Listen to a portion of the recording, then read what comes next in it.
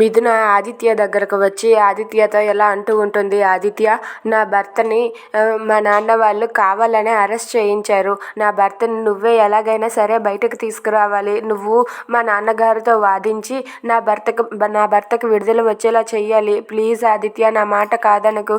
నా భర్తని నువ్వే విడిపించు ఆదిత్య అని చెప్పి అంటుంది. ఇంతలో అక్కడికి ఆదిత్య వాళ్ళ అమ్మ వస్తుంది. ఇక అక్కడ ఉన్న మిథున చెప్పిందంతా కూడా విని, ఏంటి నీ భర్తని విడిపించమని నువ్వు ఇప్పుడు ఇక్కడికి వచ్చావా? నీకు సిగ్గు లేకపోయినా మాకు సిగ్గు ఉంది.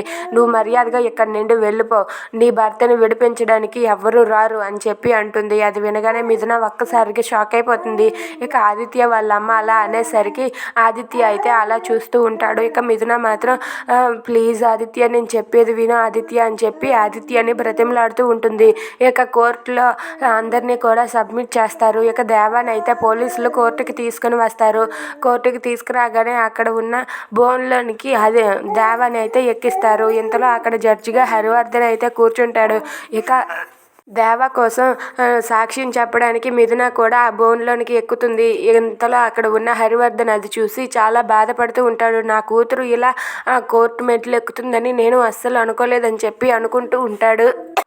దేవ మాత్రం అలా మిథునాన్ని అలాగే వాళ్ళ నాన్నని అలా చూస్తూ ఉంటాడు. ఇక మిథున మాత్రం తన భర్తని తాను విడిపించుకోవడం కోసం తనైతే తన నాన్నతోనే ఎదిరించి తనైతే వ్యతిరేకంగా పోరాడుతూ ఉంటుంది. ఇక మిథున తన భర్తని బయటికి తీసుకురాగలదా?